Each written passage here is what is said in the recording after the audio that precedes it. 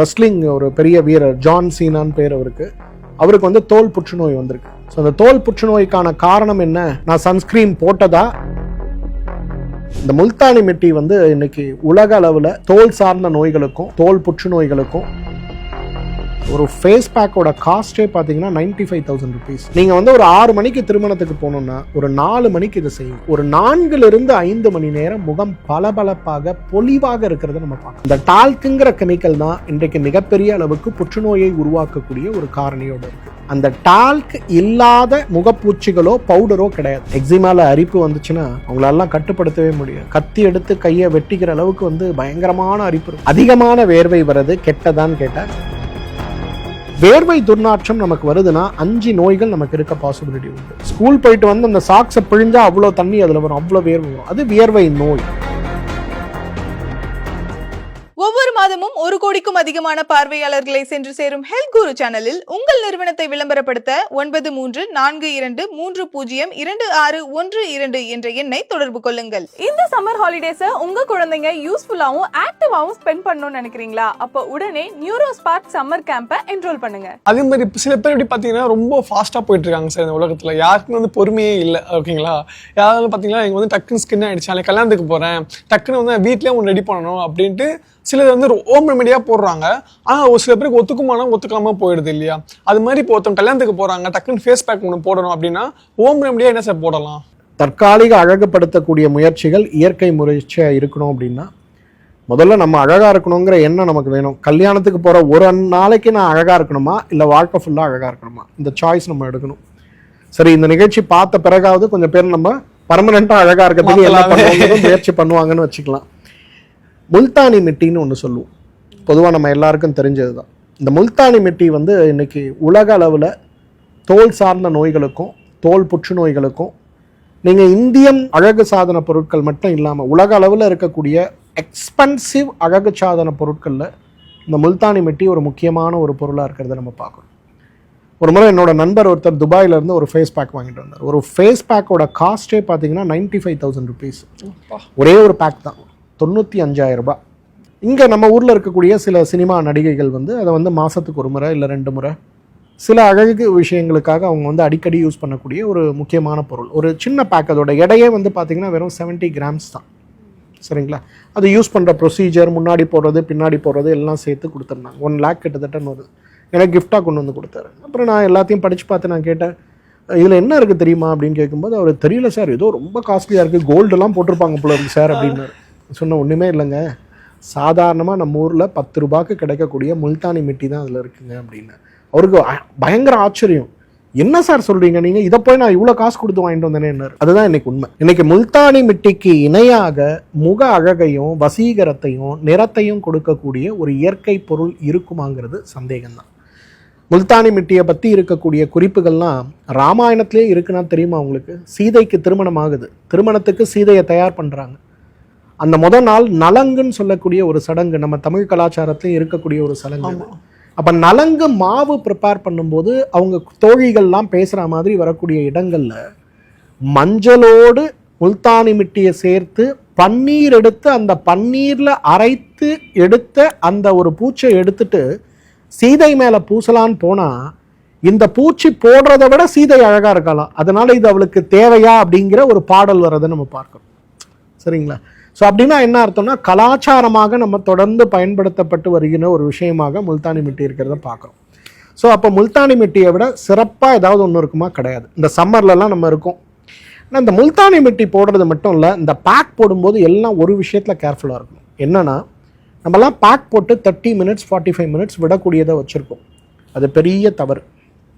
நீங்கள் ஃபேஸ்க்கு ஒரு பேக் போட்டாலோ ஸ்கின்னுக்கு ஒரு பேக் போட்டாலோ மேக்ஸிமம் டைம் 15 நிமிஷம் தான். நீங்கள் பேக் போட்டு காய வச்சிங்கன்னா ஒரு 10 நிமிஷத்தில் என்ன ஆகும்? ஒரு மாதிரி ட்ரை ஆகிடும் இல்லையா? அப்போ ட்ரை ஆகும்போது அது என்ன பண்ணும்? தோலை ஸ்ட்ரெச் பண்ணும். அப்போ ஸ்ட்ரெச் பண்ணும்போது ஒரு மாதிரி சுருக்கமோ இல்லை தோல் வந்து நீண்ட காலம் நீங்கள் ரெகுலராக பயன்படுத்துறீங்கன்னா தோல் வந்து சுருங்க ஆரம்பிச்சிடும். ஸோ அழகுக்காக போடக்கூடிய பொருள் அழகை கெடுக்கக்கூடிய பொருளாக மாறக்கூடிய ஒரு வாய்ப்பு இருக்கிறதுனால 10 நிமிஷம் 15 நிமிஷத்துக்கு மேலே அந்த பேக் வந்து நம்ம போடக்கூடாது. முல்தானி மிட்டியில் நல்ல ரோஜாவுடைய பன்னீர் கிடைக்குமான்னு பாருங்கள். அப்படி இல்லைன்னா வந்து சந்தனத்தை அரைத்து எடுக்கக்கூடிய அந்த தண்ணீர், இது ரெண்டத்துல ஏதாவது ஒன்று நல்லா கலந்து அதை ஒரு நல்ல ஒரு சாஃப்ட் பேஸ்ட்டாக செஞ்சுட்டு முகத்தில் அதை போட்டு ஒரு 15 நிமிடம் கழித்து முகம் கழுவுங்க. நீங்கள் வந்து ஒரு 6 மணிக்கு திருமணத்துக்கு போகணுன்னா ஒரு 4 மணிக்கு இதை செய்யுங்க. ஒரு 4லிருந்து 5 மணி நேரம் முகம் பளபளப்பாக பொலிவாக இருக்கிறத நம்ம பார்க்க முடியும். அப்படியே ஒரு ஃப்ரெஷ்ஷாக இருக்கும். பார்க்குறவங்களே உங்களை பார்க்கும்போது அப்படியே மகிழ்ச்சியாக சிரிக்கக்கூடிய அளவுக்கு ஒரு பொலிவு கிடைக்கிறது பார்ப்போம். இன்னைக்கு நிறைய பேருக்கு நான் சொல்கிறது இதுதான், நீங்கள் வந்து நீண்ட காலம் ஆரோக்கியமாக இருக்கிறதுக்கு, இளமையாக இருக்கிறதுக்கு நிறைய விஷயங்களை எப்படி இயற்கை மருத்துவம் சொல்லுதோ அந்த மாதிரி இந்த இயற்கையான விஷயங்களை நம்ம செய்யலாம். ஆனால் அவசரம் கூடாது. நம்மளாம் என்ன பண்ணுவோம்னா 4 மணிக்கு வருவோம், கிடுகிடுன்னு ட்ரெஸ் பண்ணுவோம், 5:30 மணிக்கு மண்டபத்துக்கு போனோம். சார் 15 மினிட்ஸ் போகிறதுக்குலாம் எனக்கு டைம் இல்லை சார், ஒரு க்ரீம் கொடுங்க சார், நான் போட்டு போயிடுறேன்பாங்க. அது கிடையாது. நல்லா ஞாபகம் வச்சுங்க, நீங்கள் முகப்பூச்சா போடக்கூடிய எல்லா க்ரீம்லேயும் டால்க்குன்னு சொல்லக்கூடிய ஒரு கெமிக்கல் இருக்கிறத பார்க்கணும். இந்த டால்க்குங்கிற கெமிக்கல் தான் இன்றைக்கு மிகப்பெரிய அளவுக்கு புற்றுநோயை உருவாக்கக்கூடிய ஒரு காரணியோடு இருக்குது. அந்த டால்க் இல்லாத முகப்பூச்சிகளோ பவுடரோ கிடையாது, சரிங்களா? இந்த டால்கோட மைண்டில் ஒர்க் பண்ணுறவங்க நிறைய பேர் நீங்கள் பார்த்தீங்கன்னா இன்றைக்கி புற்றுநோயோடு அவதிப்படக்கூடிய மிகப்பெரிய புற்றுநோயாளிகள் யாருன்னா அவங்க தான், சரிங்களா? ஸோ அப்போ நமக்கு தெரியாமையே நம்ம என்ன பண்ணுறோம்னா, நம்ம முகப்பூச்சி ஒன்று போடுறோம்னா உடனே நம்ம அது உள்ளே போகுதுன்னு தெரியாமையே அதை போட்டுட்ருக்கோம். இப்போ தலைக்கு நம்ம என்ன வைக்கிறோம், எதுக்காக வைக்கிறோம்? சூடாகக்கூடாது, அது ஒன்று. அப்போ ட்ரை ஆகக்கூடாது, அதுக்காக தலைமுடி வளர்றதுக்கு. ரைட். அப்போ அதை நம்ம போடும்போது நம்ம உடம்பு அதை உறிஞ்சிக்குது இல்லை. அப்போ ஒரு கெமிக்கலை நீங்கள் ஃபேஸில் போட்டால் என்ன ஆகும்? ஃபேஸ் அதை அப்சர்வ் பண்ணும். அப்போ நீங்கள் எப்பயாவது ஒரு டைம் போடும்போதே பிரச்சனை வரதுக்கு வாய்ப்பு இருக்குன்னா, அடிக்கடி போட்டோன்னா ஓகே பெரிய ப்ராப்ளமாக மாறும். ஆனால் இந்த முல்தானி முட்டியை பொறுத்தவரையும் அது ஒரு இயற்கை பொருள். அதை நீங்கள் ரா மெட்டீரியலாக வாங்கலாம், அப்படியே பொடியாக வாங்கலாம். அதில் போட்டு பால், கொஞ்சம் இந்த ரோஜா பன்னீர் இதெல்லாம் போட்டு நல்லா மைய ஒரு 10 நிமிஷம் ஒரு கல்வத்தில் போட்டு இழைச்சிங்கன்னா அப்படியே குழம்பு மாதிரி சாஃப்டாக, குழந்தையோட தோலை நம்ம தொட்டோன்னா எப்படி வருமோ அந்த மாதிரி சாஃப்டாக வரும். அது அழகாக ஃபேஸில் பேக் போடுங்க, கைகளில் போட்டுங்க, கால்களில் போட்டு, எங்கே வேணால் உடம்பு ஃபுல்லாக தேய்க்கலாம். வாரத்துக்கு ஒரு முறை நம்ம வந்து பாடி பேக்குன்னு சொல்லுவோம். நீங்கள் எண்ணெய் தேய்ச்சி குளிக்கிற மாதிரி இன்றைக்கி யாரெல்லாம் ரொம்ப பியூட்டிஃபுல்லாக இருக்கணும்னு நினைக்கிறோமோ நெத்தியில் ஆரம்பித்து கால் வரையிலும் இந்த பேக்கை ஃபுல்லாக போட்டுட்டு ஒரு 1/2 hour கழித்து குளிச்சிருங்க. இந்த கிரிக்கெட் பிளேயர்ஸ்லாம் நிறைய பேர் எங்கிட்ட கேட்பாங்க, சார் இந்த வெயிலில் நின்று அழகே போயிடுச்சு சார்ம்பாங்க. ஒரு காலத்தில் வந்து ஒரு பிரபலத்துக்கும் நம்மளுடைய திறமையை வெளிக்காட்டவும் நாங்கள் இந்த ஃபீல்டுக்கு வந்தோம். ஆனால் போக போக என்ன ஆகுதுன்னா என்னோட இமேஜ், அந்த ஃபேஸ், அந்த பியூட்டி, இதுக்காகவே நான் ரொம்ப வருத்தப்படுறேன்பாங்க. ஸோ தமிழகத்தை சேர்ந்த ஒரு வீரர் கூட சமீபத்தில் என்னை வந்து பார்த்துருந்தார். அவருக்கு நான் கொடுத்த ஒரு அட்வைஸ் என்னென்னா, இந்த முல்தானி மெட்டி பேக் தான்.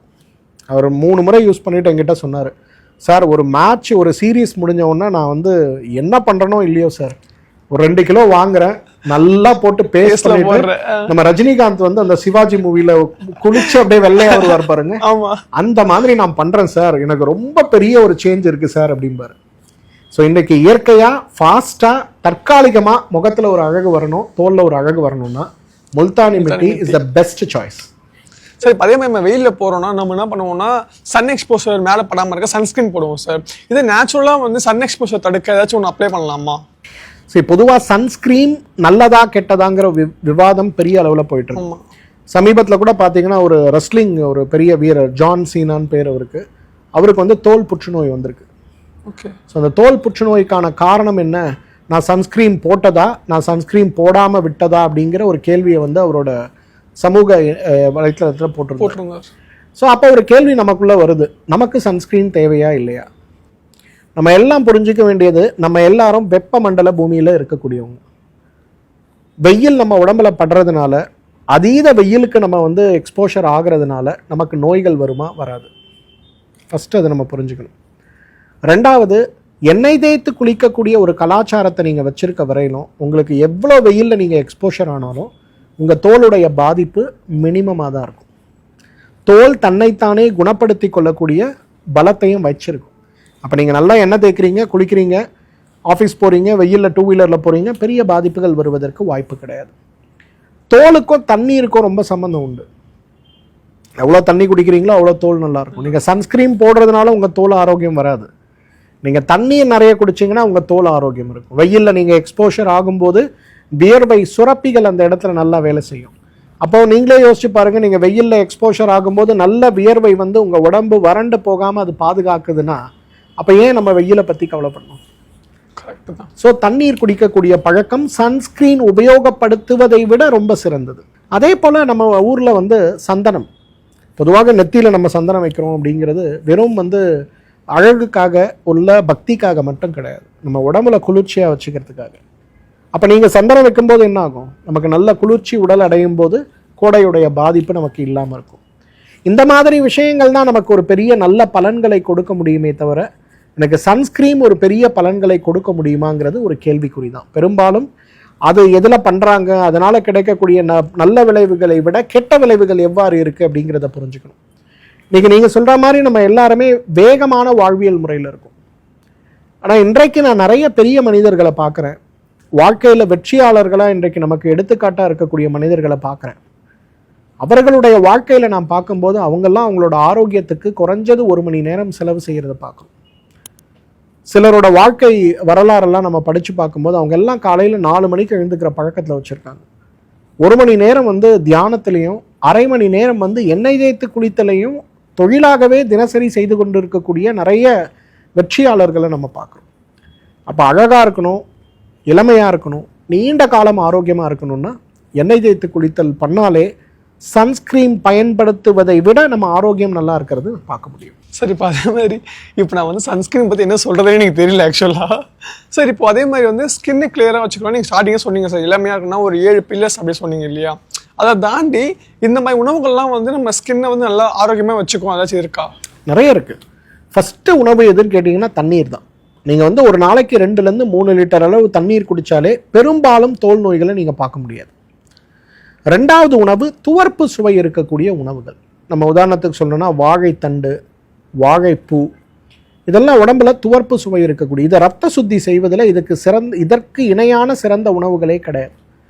அப்போ நம்ம ஊர்லெல்லாம் பார்த்தீங்கன்னா வாரத்துக்கு ஒரு முறை நிச்சயமாக வாழைத்தண்டை உணவில் சேர்ப்பாங்க, வாழைப்பூவை வந்து மாதத்துக்கு ஒரு முறையாவது உணவில் சேர்ப்பாங்க.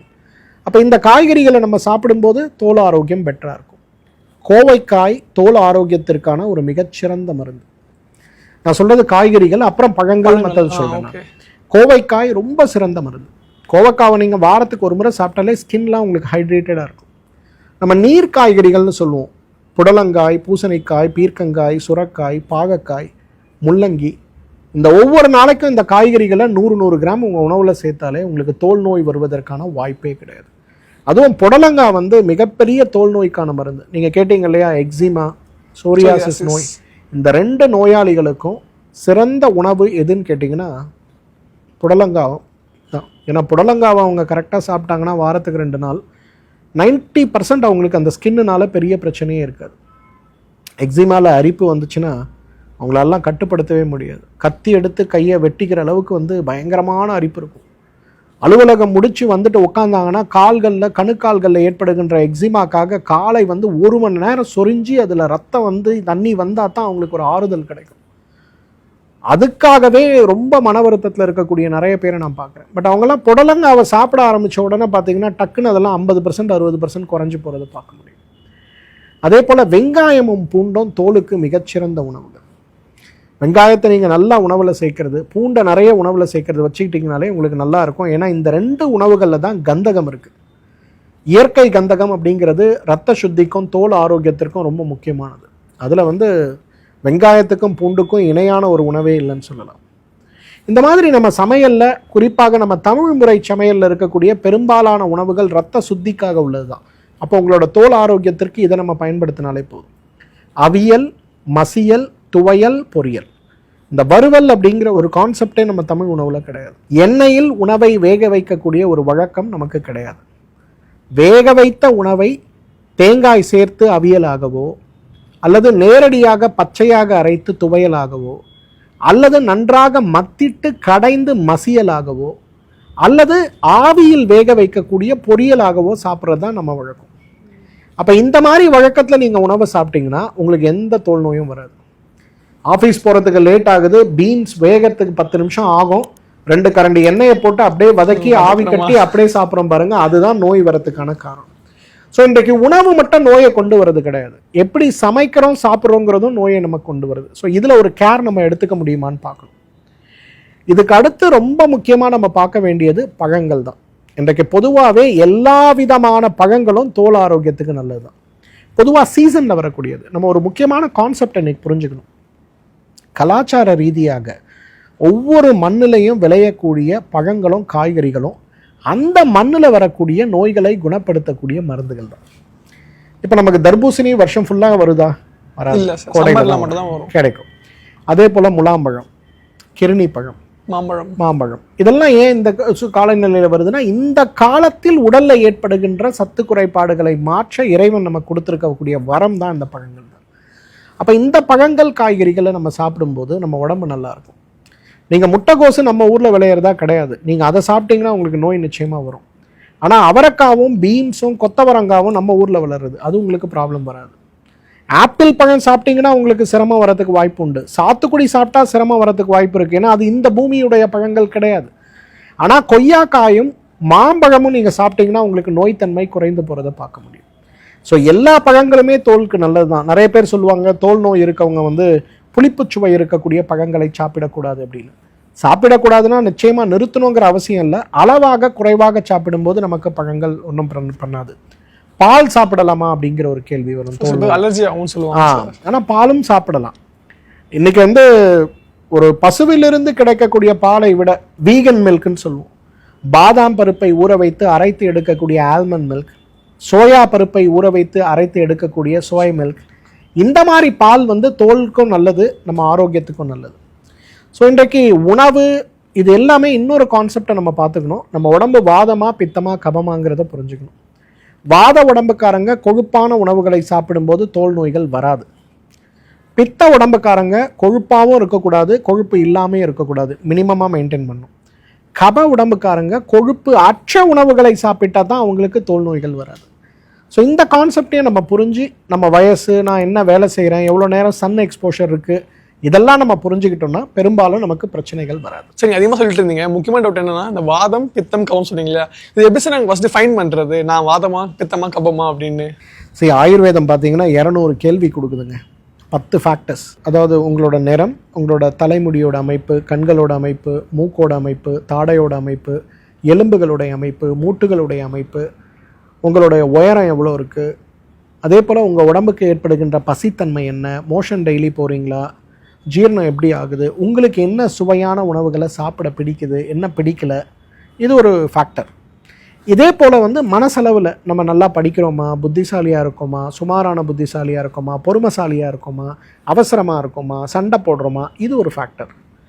இதே போல் நம்மளுடைய வாழ்க்கை எப்படி இருக்குது, செல்வந்தர்களாக இருக்குமா இல்லையா, தோல்விகளை சந்திக்கிறோமா, வெற்றிகள் நமக்கு சுலபமாக கிடைக்குதா, வெற்றி பெறும்போதும் சமநிலையில் இருக்குமா, இது ஒரு ஃபேக்டர். இந்த மாதிரி 10 ஃபேக்டரை வச்சு நம்ம உடம்பு வாதமா பித்தமா கபமான்னு நம்ம புரிஞ்சுக்கிறோம். அதாவது ஒரே உடம்புல வாதம் மட்டும் அதிகமாக இருக்கும், பித்தம் கபம் குறைவாக இருந்து ஒரு காம்பினேஷனால தான் அது வருமே தவிர, நீங்கள் வாத உடம்புக்காரங்க அப்படின்னு சொன்னோன்னா பித்தம் கபம் இல்லைன்னு அர்த்தம் இல்லை. வாதமும் ப்ரெடாமினண்ட்டாக இருக்குது, பித்தம் கபமும் இருக்குது. ஸோ இந்த கால்குலேஷன் நம்ம பண்ணுறது. ஸோ யாருக்காவது நம்ம உடம்பு வாதமாக பித்தமாக கபமான்னு தெரிஞ்சுக்கணுன்னா ஒரு 30 நிமிஷம் நம்ம மருத்துவமனைக்கு ஃபோன் பண்ணிவிட்டு கூட நீங்கள் ஆன்லைனில் டாக்டர்கிட்ட என்னோட பிரகிருதி அனாலிசிஸ் பண்ணணும் அப்படின்னு சொன்னீங்கனாலே அவங்க உங்களுக்கு செஞ்சு உங்களுக்கு வாதம் பித்தம் கபம்னா என்னங்கிறத செய்வாங்க. இது ஏன்னா இது ஒரு சயின்டிஃபிக் அப்ரோச். ஒரு மனிதனுடைய மரபணு ரீதியாக அவங்களுடைய குணங்கள் என்ன, அவங்களுடைய ஃபிசிக்கல் குணங்கள் என்னன்னு புரிஞ்சு கொண்டு போகக்கூடிய ஒரு முயற்சி. சார், அதே மாதிரி இந்த வெயில் காலத்தில் இன்னொரு பிரச்சனை பார்த்தீங்கன்னா வேர்க்குரு தான் சார். வேர்க்குரு ஒன்று, வேர்வை ஒன்று. வேர்வை உடம்புல அதிகமாக சுரக்கும். அது பார்த்தீங்கன்னா நம்ம பக்கத்தில் நிற்கவும் முடியாது, ஒரு ஸ்மெல் மாதிரி வரும் இல்லையா, அதை போக்க என்ன சார் பண்ணலாம்? அதிகமான வேர்வை வர்றது கெட்டதான்னு கேட்டால் கிடையாது. முதல்ல அதை நம்ம புரிஞ்சுக்கணும்.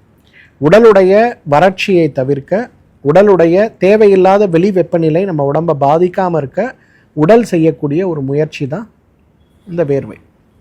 அப்போ அந்த வேர்வை வரும்போது வெறும் நீர் மட்டும் வராது, நம்ம ரத்தத்தில் இருக்கக்கூடிய கழிவுகளும் சேர்ந்து தான் நமக்கு வேர்வையாக வெளியில் வரும். எந்த அளவுக்கு நம்முடைய ரத்தத்தில் கழிவுகள் இருக்கோ அந்த அளவுக்கு வேர்வை துர்நாற்றமாக இருக்கிறத நம்ம பார்க்கலாம். வேர்வை துர்நாற்றம் நமக்கு வருதுன்னா 5 நோய்கள் நமக்கு இருக்க பாசிபிலிட்டி உண்டு. நம்பர் 1, நம்ம குடிக்கிற நீர்த்தன்மை ரொம்ப குறைவாக இருக்க பாசிபிலிட்டி இருக்குது. டீஹைட்ரேஷன் நமக்கு ஆகுதுன்னா வேர்வையில் கடுமையான துர்நாற்றம். இப்போ நீங்களே எக்ஸ்பீரியன்ஸ் பண்ணியிருப்பீங்க. ஒரு நாள் பார்த்தீங்கன்னா ஒன்றுமே இருக்காது, ஒரு நாள் ரொம்ப அலைஞ்சிருப்பீங்க. அலைஞ்சு முடிச்சுட்டு வரும்போது பார்த்தீங்கன்னா உங்களுக்கே அன்றைக்கி என்ன ஸ்வெட் இவ்வளோ மோசமாக இருக்கேன்னு நம்ம யோசிப்போம். ஆனால் டெய்லி இருக்காது. இதுக்கு காரணம் டீஹைட்ரேஷன். Second, லிவரோட health. உங்களோட ஈரல் பாதிப்பு உங்களுக்கு ஏற்படுதுன்னா உங்களுடைய வியர்வை துர்நாற்றம் உங்களை பக்கத்தில் யாரையுமே உட்கார விடாது. பர்ஃப்யூம் இல்லாமல் நீங்கள் வெளியிலே போக முடியாதுன்னு வச்சுங்களேன்.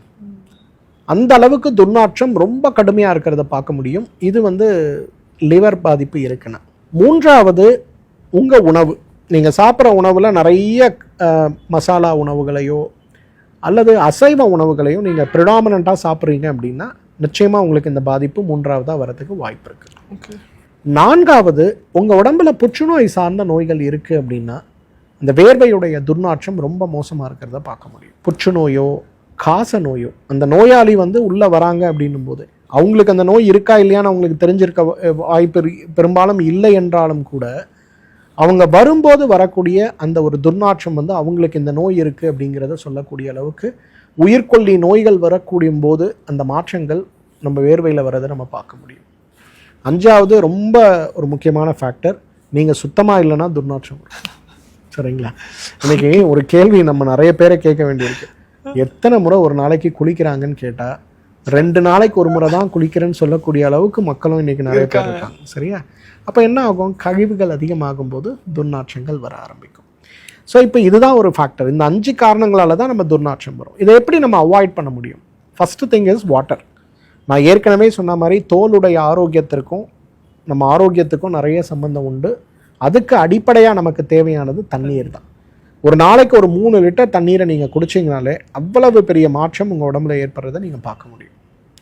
செகண்டு, நல்ல நீர்ச்சத்து இருக்கக்கூடிய காய்கறிகள். உதாரணத்துக்கு புடலங்காய் நான் சொன்னேன். இந்த புடலங்காவை நீங்கள் ரெகுலராக சாப்பிட்டாலே உங்களுக்கு தோல் துர்நாற்றம்லாம் வரவே வராது. வியர்வை துர்நாற்றம் சுத்தமாகவே இருக்காது. ரத்தத்தை சுத்தி செய்யக்கூடிய, ரத்தத்திலேயே கலந்து செயல்படக்கூடிய மூலக்கூறுகளை வைத்திருக்கக்கூடிய ஒரு பெரிய உணவு தான் புடலங்காய். இன்னைக்கு இந்த கோடை காலத்தில் எதை சாப்பிட்றீங்களோ இல்லையோ வாரத்துக்கு 2 முறை புடலங்காவை தயவு செய்து உணவில் சேருங்க. அவ்வளோ மாற்றத்தை கொண்டு வரும். மூன்றாவது ராடிஷ், முள்ளங்கி. முள்ளங்கியை விட சிறப்பாக உங்கள் பிளட் பியூரிஃபிகேஷன் அப்படிங்கிறது வேறு எதுலேயும் கிடைக்காது. ஸோ முள்ளங்கி நீங்கள் சாப்பிட ஆரம்பிச்சிங்கனாலே பிளட் பியூரிஃபிகேஷன் அவ்வளோ நல்லா வரதை நம்ம பார்க்க முடியும். நான்காவது ரொம்ப முக்கியமானது, 3 மாதத்துக்கு ஒரு முறை அதாவது பேதிக்கு மருந்து சாப்பிடணும். நீங்கள் பெருங்குடல் எந்த அளவுக்கு கழிவோட மாறுதோ, பெருங்குடலில் இருக்கக்கூடிய கிருமிகள் எந்த அளவுக்கு நம்ம உடம்பை பாதிக்கக்கூடிய அளவுக்கு இருக்கோ அந்த அளவுக்கு நமக்கு சிரமங்கள் துர்நாற்றங்கள் வருவதற்கு வாய்ப்பு இருக்குது. அதனால் நல்லா வயிற்றை க்ளீன் பண்ணிட்டீங்கன்னா உங்களுக்கு அந்த பிரச்சனையே வராது. கடைசி ஆனால் ரொம்ப முக்கியமானது, யாரெல்லாம் நல்லா தூங்கலையோ அவங்களுக்கு வேர்வை துர்நாற்றம் ரொம்ப மோசமாக இருக்கிறத பார்க்க முடியும். தூக்கத்துக்கும் வேர்வை துர்நாற்றத்துக்கும் நிறைய சம்பந்தம் இருக்குது. உங்ககிட்ட யார் இந்த மாதிரி வேர்வை பிரச்சனை இருக்குது, இல்லை வேர்வையில் நாற்றம் வர மாதிரி இருக்குது, நான் என்ன பண்ணுறதுனே தெரியலன்னாங்க, அவங்ககிட்ட முதல் கேள்வி கேளுங்க, நீங்கள் ஒரு நாளைக்கு 6 மணி நேரம் தூங்குறீங்களான்னு கேளுங்க. அவங்க சொல்லக்கூடிய பதில் நிச்சயமாக இல்லை, 2 மணி நேரத்துக்கு மேலே என்னால் தூங்க முடியலன்னு சொல்லுவாங்க. ஸோ இந்த விஷயங்களை நம்ம கவனம் எடுத்தோம்னா வேர்வை துர்நாற்றத்தையும் தவிர்க்க முடியும். வியர்வை நோயினே ஒரு நோய் இருக்குது. பொதுவாக வேர்வை நமக்கு எங்கே வரும்? அக்கல் பகுதி, கைப்பகுதியில் வரும். உள்ளங்கை வேர்க்கும். ஆமாம் சார். உள்ளங்கால் வேர்க்கும். இந்த குழந்தை நிறைய பேர் வருவாங்க, பரீட்சை எழுதும்போது அவன் எழுதிட்டு கீழே போகிறதுக்குள்ள அந்த பேஜ் எல்லாம் நனைஞ்சு போகும். அதே போல் சாக்ஸ் போடுவாங்க, ஸ்கூல் போயிட்டு அந்த சாக்ஸை பிழிஞ்சா அவ்வளோ தண்ணி அதில் வரும், அவ்வளோ வேர்வை வரும். அது வியர்வை நோய். ஆனால் அந்த வியர்வையில் துர்நாற்றத்தை நீங்கள் பார்க்க முடியாது, பெரும்பாலும் 90% இருக்காது. ஸோ அதுக்கு முறையான சிகிச்சை, உடலில் பித்தத்தை குறைக்கிறதுக்கான சிகிச்சை, மனப்பதட்டத்தை குறைக்கிறதுக்கான சிகிச்சை நம்ம எடுத்துக்கிட்டோம்னாலே அது நார்மல் ஆகிறத நம்ம பார்க்கலாம். Okay sir. அதாவது சர்ம பிரச்சனைகள்னு ஆரம்பித்தேன், அதை Aலேருந்து Z வரைக்கும் கரெக்டாக முடிச்சு விட்டீங்க. ஸோ நிறைய இன்ஃபர்மேஷனுக்காக பகிர்ந்துக்கிட்டீங்க. உங்கள் நேரத்தை எங்களுக்காக ஒதுக்குனதுக்கு மிக்க நன்றி சார். வணக்கம். ஒவ்வொரு மாதமும் 1 கோடிக்கும் அதிகமான பார்வையாளர்களை சென்று சேரும் ஹெல்த் குரு சேனலில் உங்கள் நிறுவனத்தை விளம்பரப்படுத்த 9342302612 என்ற எண்ணை தொடர்பு கொள்ளுங்கள்.